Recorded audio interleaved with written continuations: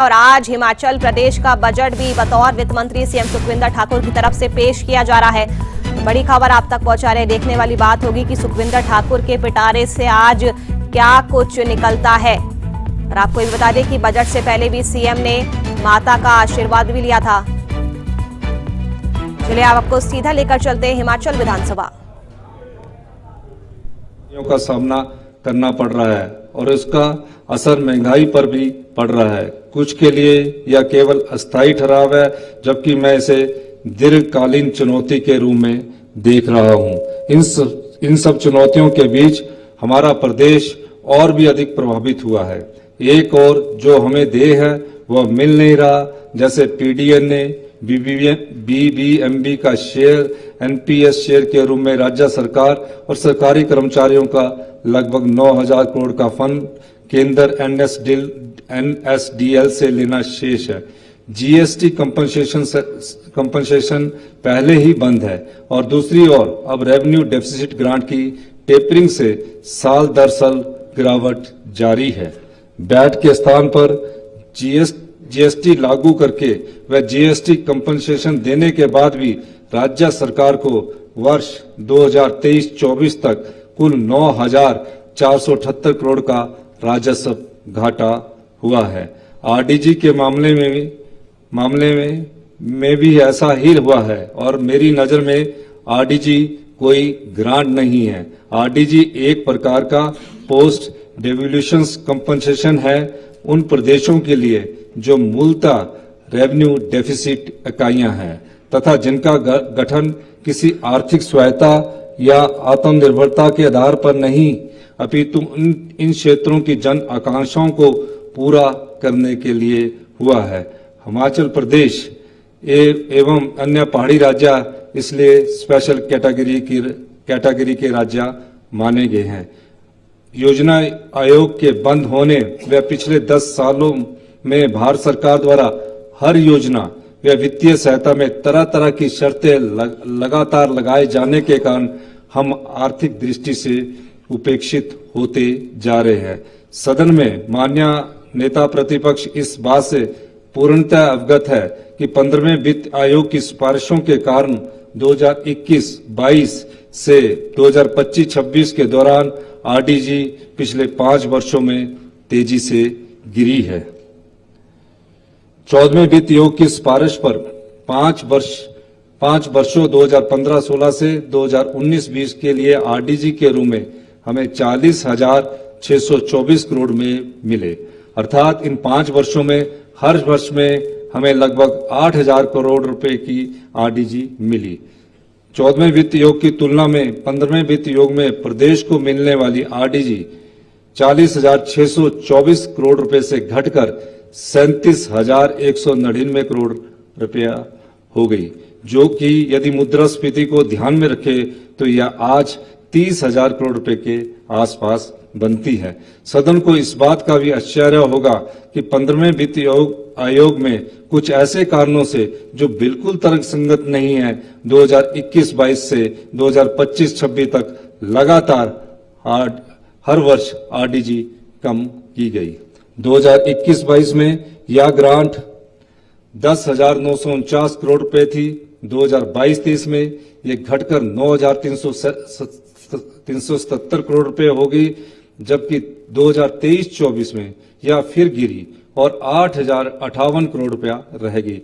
इस वित्तीय वर्ष अर्थात 2024-25 में आरडीजी घटकर 6,258 करोड़ रुपए हो गई और अब आने वाले साल में 2025-26 में यह मात्र 3,257 करोड़ रुपया है। 10,249 करोड़ रुपए से 3,257 करोड़ रुपए तक आरडीजी का गिरना प्रदेश की अर्थव्यवस्था को कितना अधिक प्रभावित करेगा आप भली भांति समझ सकते हैं। 2025-26 का साल हमारे प्रदेश की अर्थव्यवस्था के लिए मेरी नजर में पिछले कई दशकों में सबसे चुनौतीपूर्ण साल है, लेकिन मेरी सरकार प्रतिबद्ध है कि हम इस चुनौती को प्रदेश की जनता, कर्मचारी वर्ग तथा सदन के साथ मिलकर स्वीकार करेंगे और भारत सरकार के समक्ष प्रदेश के साथ अन्याय ना हो, इस संबंध में अपना पक्ष मजबूती के साथ रखेंगे। माननीय अध्यक्ष महोदय, वर्ष 2023 में मानसून के दौरान राज्य को भारी तबाही का सामना करना पड़ा, जो कि राज्य के इतिहास की एक सबसे बड़ी तबाही थी, जिसमें हजारों घर तबाह हुए तथा बहुमूल्य जाने गई। हमने अपने संसाधनों से 4,500 करोड़ का आपदा राहत पैकेज दिया। हम केंद्र का धन्यवाद करते हैं, जिन्होंने सेंट्रल पीडीएनए टीम भेजी और प्रदेश के अधिकारियों के साथ मिलकर इसका आकलन किया और 9,042 करोड़ रुपए की पीडीएनए रिपोर्ट केंद्र को नवंबर 2023 में भेजी गई। अगस्त 2024 में पीडीएनए के मानक अधिसूचित होने के बाद राज्य सरकार ने केंद्र से नवंबर 2024 से फरवरी 2025 के बीच धन की मांग बारे संपर्क बनाए रखा, परंतु फिर भी अब तक कोई वित्तीय सहायता नहीं मिली है। आशा है कि केंद्र सरकार प्रदेश के हित में यह राशि शीघ्र ही जारी करेगा। हमारी सरकार ने सभी चुनौतियों के चलते हिमाचल प्रदेश को आत्मनिर्भर बनाने का संकल्प लिया है। जहां आवश्यकता थी, वर्षों से चली आ रही व्यवस्था में परिवर्तन किया, कुछ बदलावों का भरपूर विरोध भी हुआ तथा विपक्ष द्वारा तंज भी कसे गए। इन सब की परवाह न करते हुए हमारी सरकार प्रदेश के विकास के संकल्प को साकार करने के पथ पर अड़िग रही और व्यवस्था परिवर्तन के सफर को जारी रखा गया।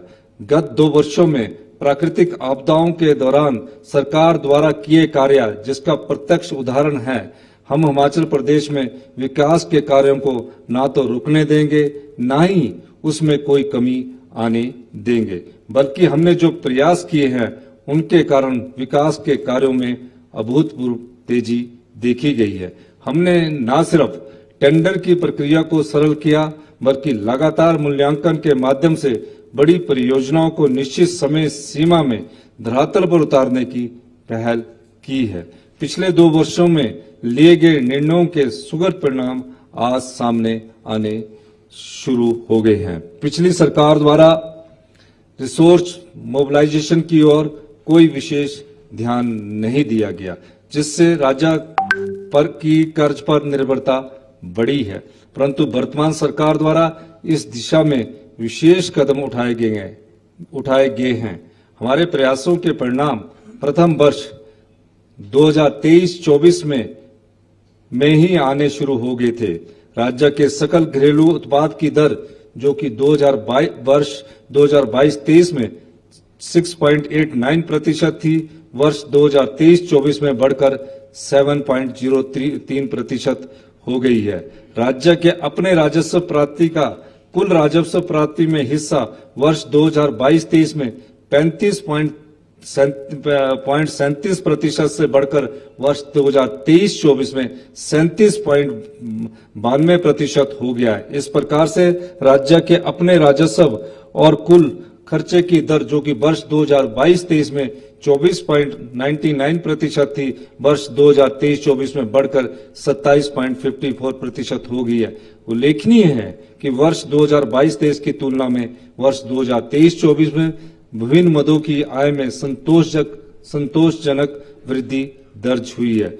विक्रय एवं व्यापार इत्यादि पर वैट में 27%, 98%, स्टेट एक्साइज में 21.48%, बिजली में 16.74%, non and ferrous mining and metallurgical industries 15.85%, taxes on vehicle 15.78% व स्टैम्प्स तथा रजिस्ट्रेशन फीस में 10.44% वृद्धि हुई है।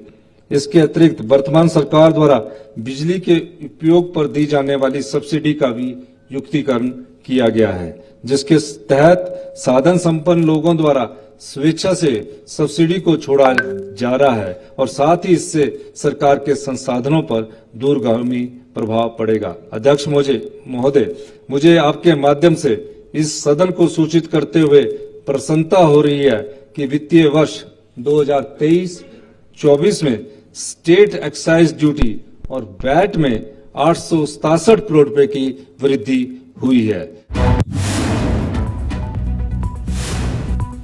तो हिमाचल विधानसभा की लाइव कार्यवाही हम आपको दिखा रहे थे। सीएम सुखविंदर ठाकुर इस समय बजट रख रहे हैं सबके सामने। उन्होंने कहा कि ये हमारी सरकार का तीसरा बजट है।